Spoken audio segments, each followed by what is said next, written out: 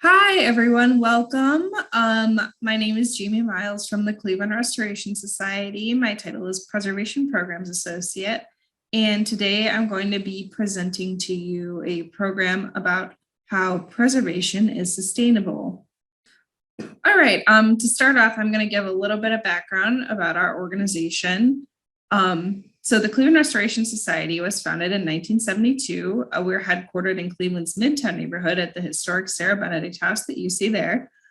We have a nearly $2 million operating budget, a total of 32 trustees, and 16 permanent staff with over 1,000 members. And we are the largest non-governmental regional historic preservation organization in Ohio. So our mission statement is we use the powerful tool of historic preservation to preserve, protect, and celebrate historic buildings and places that foster vibrant and inclusive communities.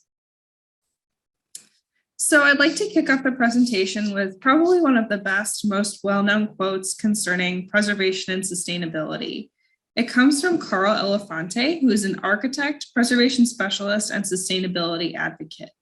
The greenest building is the one that is already built. And this sounds pretty simple, but it's true. I'm going to delve into just a few of the ways that preservation and reuse of older existing buildings is an inherently sustainable practice. There are a number of common misconceptions out there about the preservation field in general, and a few of those myths are certainly related to sustainability. First, many people believe that older buildings are inherently energy efficient, that they have drafty windows, drafty walls, and will always be ridden with problems that either aren't solvable or aren't economically worth solving. Second, that new quote unquote green buildings are the best way to achieve sustainability, and that metrics such as LEED certification are the ultimate way to determine that environmental friendliness of a structure.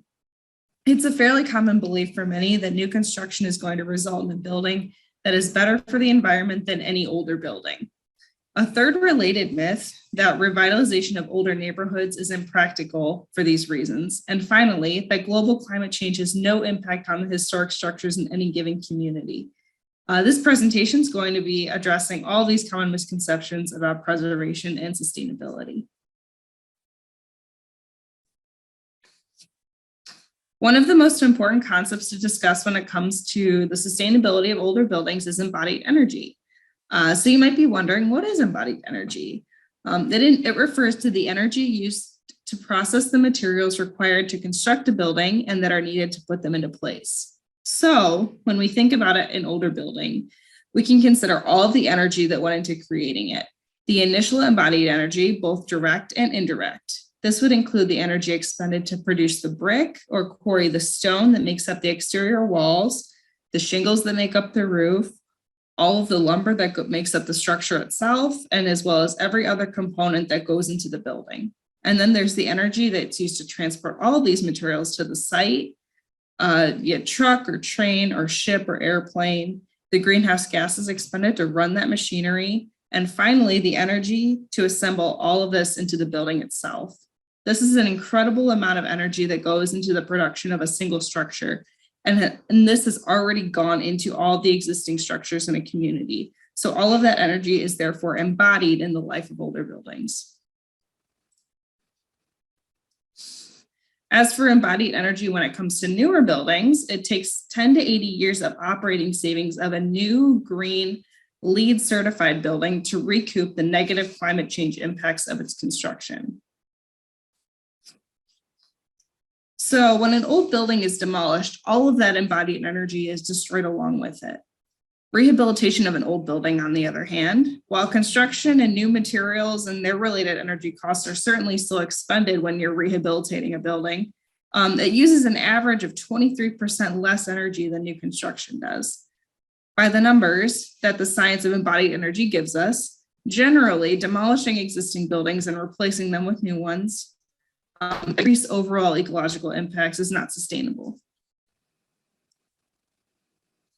So another energy saving aspect of older historic buildings is embedded within their architecture. Older buildings tend to be inherently energy efficient because they were designed with concepts that are now termed as passive architecture. So passive architecture makes use of design characteristics that work with nature to heat and cool a building rather than against it. So this type of building design makes the most of sunlight and its heat in cold winter weather, while also shading out the sun and keeping interior spaces cool in hot summer weather. So as we can see in this diagram to the right, passive architecture inherently heats and cools rather than relying solely on mechanical methods. So for houses constructed prior to modern mechanical heating and cooling methods, it was essential to make use of some of these passive techniques to regulate temperature. So how did they do it? To keep cool, they might make use of ventilation and air circulation by including an abundance of operable windows throughout the home. So transom windows are a good example of this. Above front doors, perhaps, they were important. They could be open to provide a cross draft through a room while the door itself remained closed.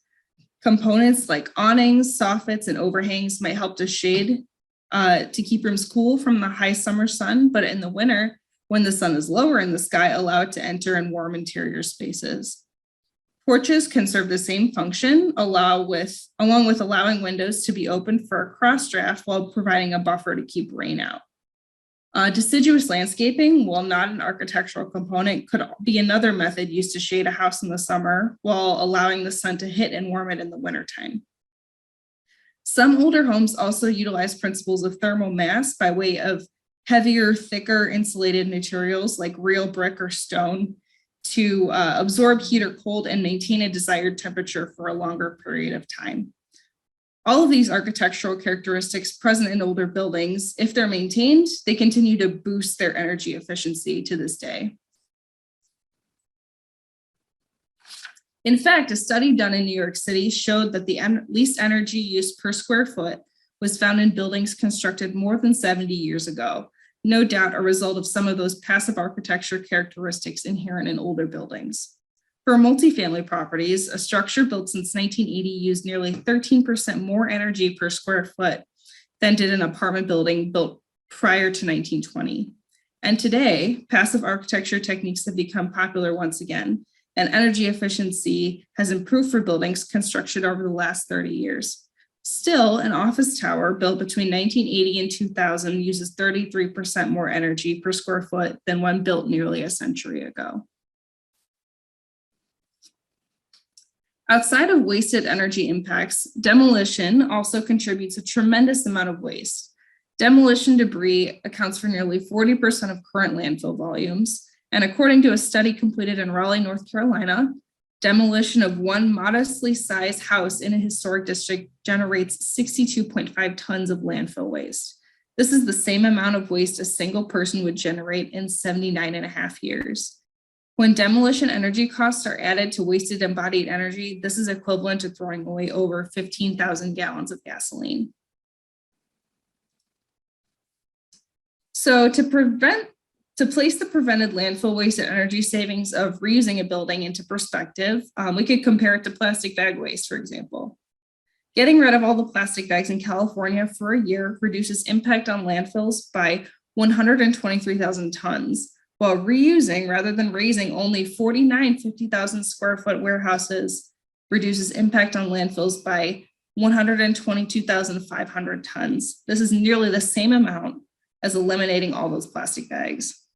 Ending the use of plastic bags in California reduces emissions by 468.1 tons per year, while reusing rather than building new 50,000 square foot warehouses reduces travel-related CO2 by 537.5 tons.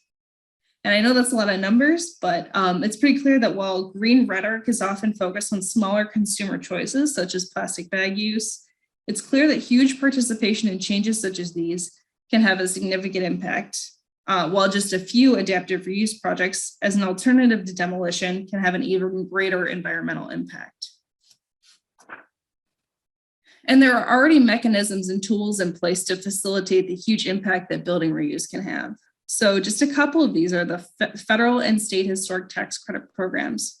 The federal, which credits 20% of qualified rehabilitation expenses, QREs, and the state, which credits 25% of QREs, are both competitive programs, but have helped motivate and make it possible for developers to make these projects happen and save so many historic structures. Adaptive building reuse and historic preservation is not a radical or new idea, but it does have a tremendous environmental impact. So historic preservation is also connected to sustainability, not only through saving and reusing individual buildings, but also preserving historic neighborhoods as a whole. Jane Jacobs, urbanist and important historic preservation activist of the 1960s, who helped to establish the first Landmarks Commission in New York City, talks about this holistic view in her book, The Death and Life of Great American Cities. She says, cities need old buildings so badly it is probably impossible to have vigorous streets and districts grow without them. So, how are old neighborhoods inherently sustainable? Well, first, their density makes them more functional for green forms of transit. Older buildings tend to be concentrated in urban neighborhoods with many different building uses, residential, commercial, etc., closer together or even shared within the same building. This allows these neighborhoods to be more easy to walk, bike, and use public transit in. And they make shorter commutes possible. It is easier to live closer to your place of work or get there without a car in downtown areas or even older streetcar suburbs, which are older suburbs originally designed to accommodate streetcars and public transit, than it is to live in more modern outer suburbs, which were designed around the individual automobile. Second, older neighborhoods encourage economic diversity and vibrancy. Dense commercial areas tend to attract a greater number of small and local businesses rather than big box stores and chains, as well as providing more jobs per square foot. These types of neighborhoods are very beneficial to local economies. Additionally, older neighborhoods tend to be more energy efficient. As I already mentioned, older buildings have inherent energy savings over many more modern structures and continue to use less energy per square foot than new development.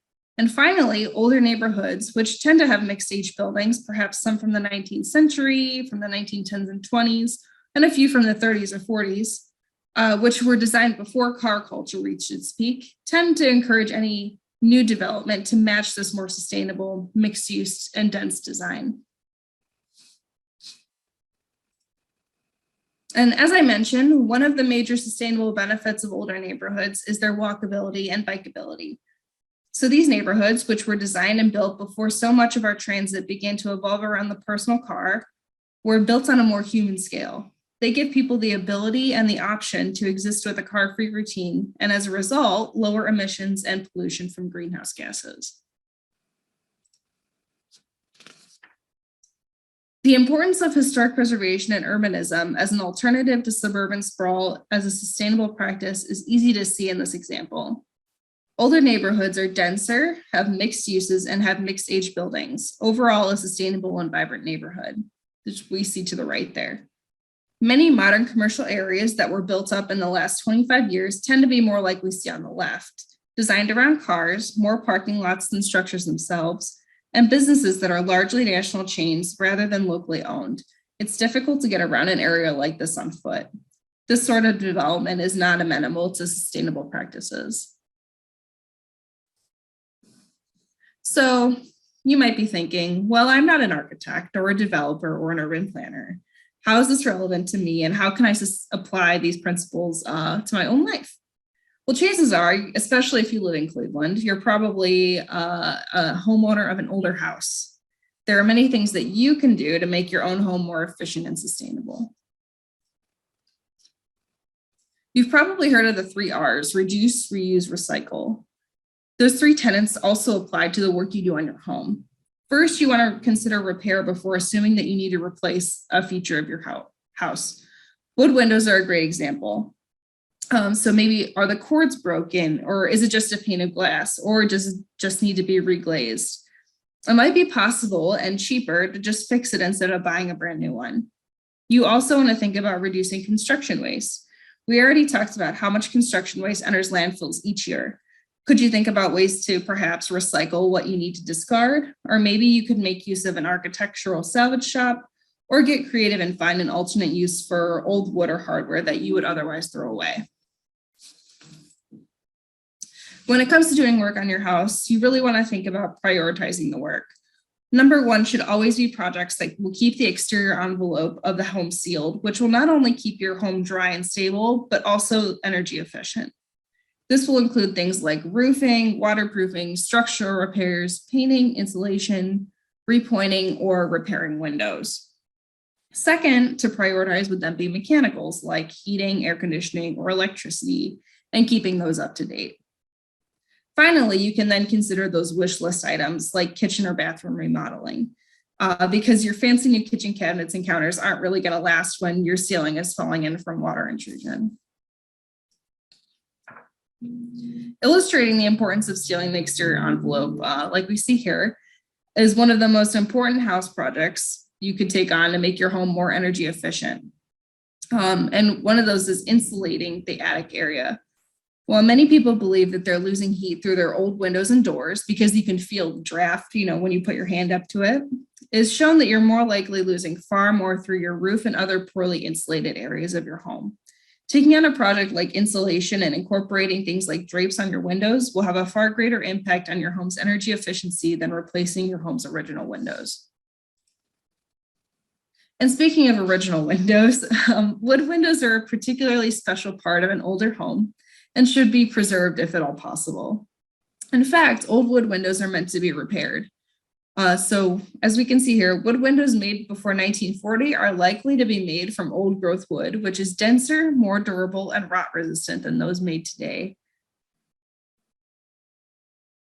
You can see the comparison in the image on the right. The old growth wood has a tighter, stronger grain than the modern lumber. They are also likely taken from a local forest and milled nearby, which means that the wood is well acclimated with climate patterns, making it more rot resistant. These windows, which have lasted well over 100 years today, are constructed with individual components like a puzzle. They can be repaired piece by piece rather than a replacement of the entire unit. Also, like I mentioned before, energy efficiency measures such as caulking, storm windows, awnings, or interior drapes can work just as well as replacing your entire window if you're having some of those, drafty areas, and be more cost effective as well. If you're in a position where replacing your windows is necessary, keep in mind that no replacement window is maintenance free. No matter what replacement material you choose, some sort of upkeep will be involved, and it's always better to replace like with like. Replacing an original wood window with a new wood window or wood clad window is certainly better than other low quality options. One replacement window option that many homeowners choose is vinyl, partly due to the aggressive sale tactics of vinyl window companies and their easy and inexpensive abundance. However, vinyl, or rather plastic, is far from a sustainable material to use in your home. Not only is it non-structural, but it is non-biodegradable. If you try to reuse it, it can only be made into more vinyl. And in its production and manufacture, which uses fossil fuels, it creates hazardous toxic chemicals as a byproduct. Adding new vinyl to your historic home is something to avoid whenever possible. It's also important to consider the life of your window when thinking about replacement windows. The life of a vinyl replacement window is only about 20 years, a wood replacement at about 30, maybe a little bit more. And while original wood windows have a life of over 100 years, they're still around today and they're going to keep being around for a little bit longer. They're meant to be repaired. Studies show that the average time it takes to recoup your investment in new windows through energy savings is 50 years, longer than the life of the replacement window. So it's important to preserve those original wood windows wherever you can. Sustainable maintenance on older homes, which is often focused on repair over replacement and custom work, is also beneficial for the local economy. Residential rehabilitation has been shown to create 50% more jobs than new construction. New buildings rely on 50% labor and 50% materials, while rehabilitation of an older structure relies on roughly 60 to 70% labor. That's reduced consumption of materials as well as increased employment of local tradespeople. And CRS, then, just a little plug, has its own program to assist homeowners of older homes who are interested in pursuing rehab of their older structure. So our Heritage Home Program has kind of two components. The first, the biggest part, is that we provide free technical assistance, which is impartial advice with a preservation approach to maintenance, repair, and improvements for homeowners of homes that are over 50 years old. Site visits to review any and all issues in the home are also part of our technical assistance with one of our construction specialists. We can help with project prioritization, as I mentioned earlier. Contractor resources are also something that we can provide, including referrals and then also estimate review. If you get an estimate from a contractor, we can help you determine whether that's appropriate for the work you're looking to have done. And then also restoration guidance. We also, as the second component of the program, can provide low interest loans for financing work on the home. This is fixed rate financing as low as 1.4% to cover project costs. And we can include construction specifications, which they are provided for exterior projects. However, both interior and exterior projects qualify for a Heritage Home Program loan, as well as DIY projects. So if you're more interested in that, I'll give you the link at the end of the program, but you can visit our website and learn more about the Heritage Home Program. We have covered the many positive impacts that historic preservation efforts on an individual and neighborhood level can have for the climate, via reduced emissions, reduced waste, and economic benefit. However, it's also important to recognize the impact that climate change has already had on our cultural heritage and built environment globally. Climate change has already begun to destroy cultural resources and heritage sites across the world. Even in the United States, many sites have already suffered damage and are at continued risk, particularly coastal sites, which feel the effects of climate change in the form of flooding from rising sea levels, storm surge, extreme high tides, flooding caused by rainfall runoff, downstream flooding, forest fires, and other natural disasters, all exacerbated by climate change. Planning, studies, adaptation, and mitigation efforts to triage and prevent further damage are underway by local and national organizations like the National Park Service and National Trust for Historic Preservation. These groups do a tremendous amount of work specifically studying the impact that climate change is having on our cultural heritage and built environment, and are doing a lot to educate and raise awareness by telling stories of communities that are already suffering or preparing for future climate change related disaster, or working directly with these communities. And their work is a really great resource if you're interested in learning more about this topic and how it's having an impact on communities globally. So many that live in Cleveland might imagine, well, what does climate change have to do with my community? We don't experience ocean tides or any major natural disasters, really. But climate change impacts can even be felt in the Great Lakes region, often viewed as a haven due to the lakes as a freshwater source. Some of these include increased intensity of high water cycles and flooding, increased erosion, and stronger storms. Major damage to our built environment can result from all of these climate change impacts. To leave us off on sort of a hopeful note, I want to talk about one homeowner who worked with CRS's Heritage Home Program to abate some climate change impacts on their own home. When this family applied for the Heritage Home Loan, they needed assistance with the shoreline revetment project. Continued stress from waves and water levels had degraded the existing seawall on the property, causing shoreline erosion and damage to existing structures. Their backyard was quite literally falling into Lake Erie. This project was a winner of CRS's 2022 Celebration of Preservation Awards and is a great example of how historic preservation initiatives can extend beyond the physical structure of the home to include preservation of natural resources and the larger site in which these structures reside. This shoreline revetment project helps protect not only the property, but will also benefit neighboring properties and add to the natural landscape of the Lake Erie shoreline. And here, this is a list of additional resources if you're interested in learning more about this topic. I referenced especially the first one, stewardship of the built environment in this presentation. Some of those last three links towards the end there are some really easy reads online if you're interested in, not a whole lot of checking a book out of the library, that type of commitment. Those are some really good resources to read a little bit further on the topic. And thank you so much for joining us for this presentation today. If you had any questions or comments, please feel free to reach out to us through our email address on our website or on our phone number. Thank you so much. Have a great day.